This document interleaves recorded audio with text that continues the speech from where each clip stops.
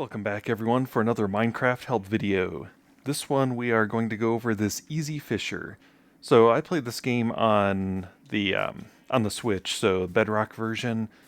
I haven't tried this in the Java version. I know there are better designs you can actually do for the Java version.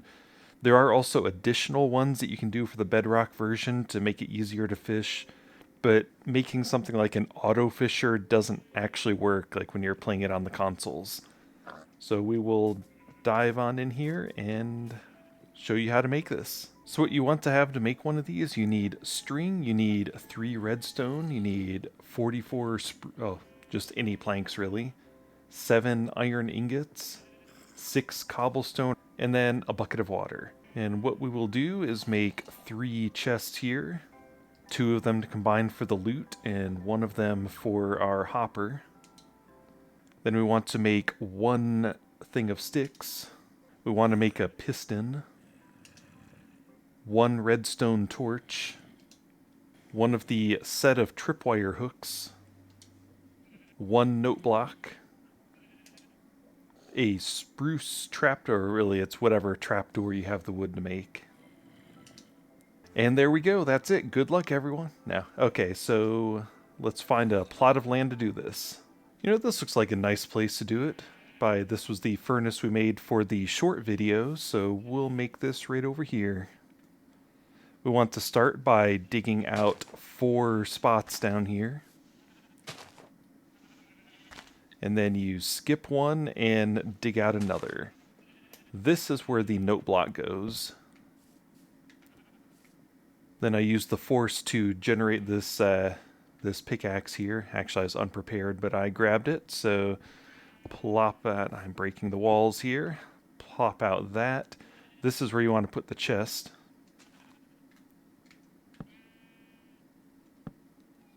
So you put your little trapdoor right on top of that side of the chest, and then you put the hopper on this side of the chest.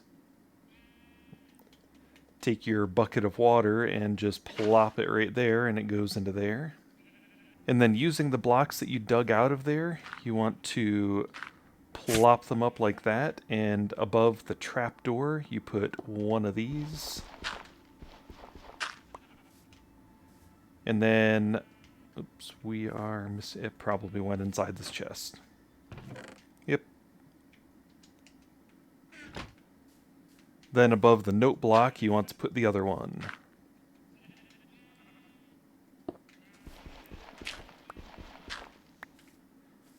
Then from here you take the tripwire hooks, you put 1 on each of those blocks. Then you take your string and you want to hook these 2 together.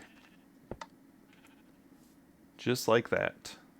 I did not have to retake that a few times for any strings not working correctly. So then you place your piston on the other side of the note block like that, and your redstone torch up there to activate that. So let me show you how this works when you're fishing. So really, I mean, in most cases, you'd start with a regular fishing pole and then work your way up to it. I actually got this nice fishing rod from fishing, so it's not that bad working your way up to this. So the aim is what you need to have just right on here. So I've aimed, it's the bottom little rectangles. You have to be like right at the top of it. So when you cast your fishing pole, you can hit the note block. That note block sounds interesting. And then you catch the fish like that. So you just cast it on out and see when the bobber goes up, that makes the piston go back, and when the bobber comes back down, it shoots it right back out.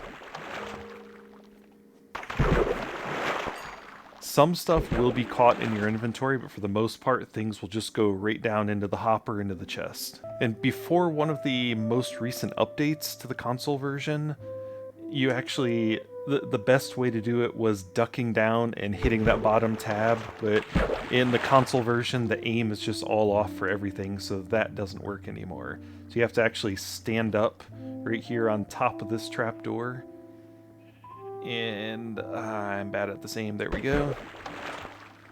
And one thing I've done with this, it's like I'm watching TV, I'll just have my Switch going with the like with one of the controllers in my hand, and it's like every 3 seconds or so you just hit that, and because I mean you have a little bit of a delay and it's still fine. You can hit that out there and just makes it a lot easier. You can kind of AFK. It doesn't do the auto thing, but you can still AFK, and yeah, every 3 seconds or so just hit that and you'll keep casting and keep catching stuff. You get a whole bunch of XP from it, you'll get a bunch of loot from it, and definitely helps out in building things up in the beginning. Which this is another one of the ones you can build before hitting the nether.